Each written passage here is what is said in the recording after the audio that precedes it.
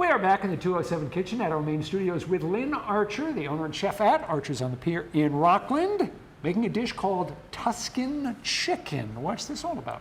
Tuscan chicken came from, well, I've made it with scallops. You can make it with haddock, whatever you like, but it's a very quick, easy dish, very nutritious, good for you.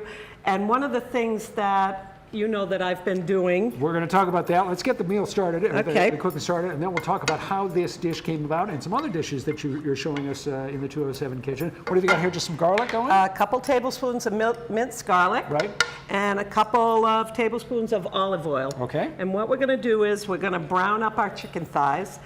I bought chicken for 87 cents a pound, which is part of my challenge to feed families of 4 for under $20 a dinner. And that's easy. But I shop the flyers. You shop the flyers. You're looking to feed a family of 4, 7 dinners for under $100. Exactly. And you've done it. You've done it this fall. So far. This is Yep. not a fantasy. This has happened. I got a package of 8 big chicken thighs for $4.23. And chicken thighs are the easiest things to bone. But if you don't have time, but the interest of time, all you do is open your chicken thigh and cut out 1 bone. That's it. And I like skin on for this dish because I like that crunchy, crispy. So all we're doing is browning some chicken breasts. And by doing the deboning yourself, you literally reduce the cost of the chicken by something like 60 or 70%. At least. So once you brown up your chicken and get your skin nice and crisp, cook it on both sides, and then take it right out of the pan and put it in a baking dish. When I've done it with scallops, I don't bake it afterwards, but the chicken you do need to. So then you're going to add 2 tablespoons of butter. More butter, always a good thing. Oh, well, yeah. And butter was on sale, $2 a pound. Right. Real butter, which I consistently, It's not the same. It's not the same. Melt your butter, cook your onion, make sure you got the paper off, take the wrapper off, and saute your onion. You don't want to brown your onion, but you want to stir up all those nice brown bits in the bottom of the pan. Let them soak up some of that garlic. Get the garlic going. Then you add about 5 ounces of sun-dried tomato, along with the oil.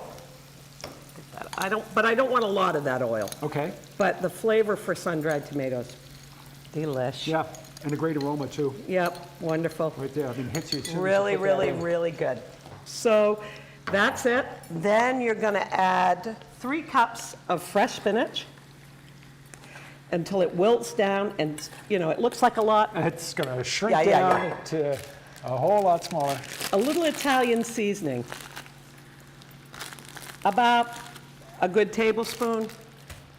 Some salt and pepper, because you can't do without salt and pepper. Just like that. Then you're going to add about a half cup of white wine, all the while reducing. So, hence the name Tuscan chicken. This is kind of like what would be a classic dish that you'd get from Italy. Absolutely. With the sun-dried tomatoes, the garlic, the wine, spinach. And then at the very end, you can use half and half or heavy cream, about 1.5 cups of heavy cream. 1.5 cups? Yeah. It's a pretty hefty amount. Yeah, but it reduces. Okay. It cooks down, makes a beautiful sauce. And see, you can already see it's coming together. Right. The spinach is wilting. You add about 1 cup of shredded Parmesan. And your chicken's already in a baking dish. Right. So just until the cheese melts, because the spinach was already wilted. And that's already melting. That'll happen pretty quickly. Really, really quickly. 5-10 minutes tops, this whole thing. And then shut it off. And you're going to pour it right over the chicken in your baking dish. And you're going to bake it at about 350 for about 20 minutes because your chicken's already partially cooked. Right. It's really, really quick. And you end up with this beautiful, beautiful dish. And as I said, you can put it on haddock, You can put it on scallops. When I do scallops, I really sear them because I love that crunch, the crust.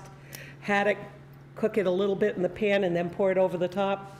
Excellent. You will find the recipe by going to our website or our app, the 207 section of News Center, Maine. You'll also find more information on Lynn's restaurant, Archer's on the Pier in Rockland. One of the dishes, feeding a family of 4 for a week for no more than $100. No, that one costs $9. It averages out. It does. Thank you, Lynn. Thank you. Stay with us. Back with more of 207 right after this.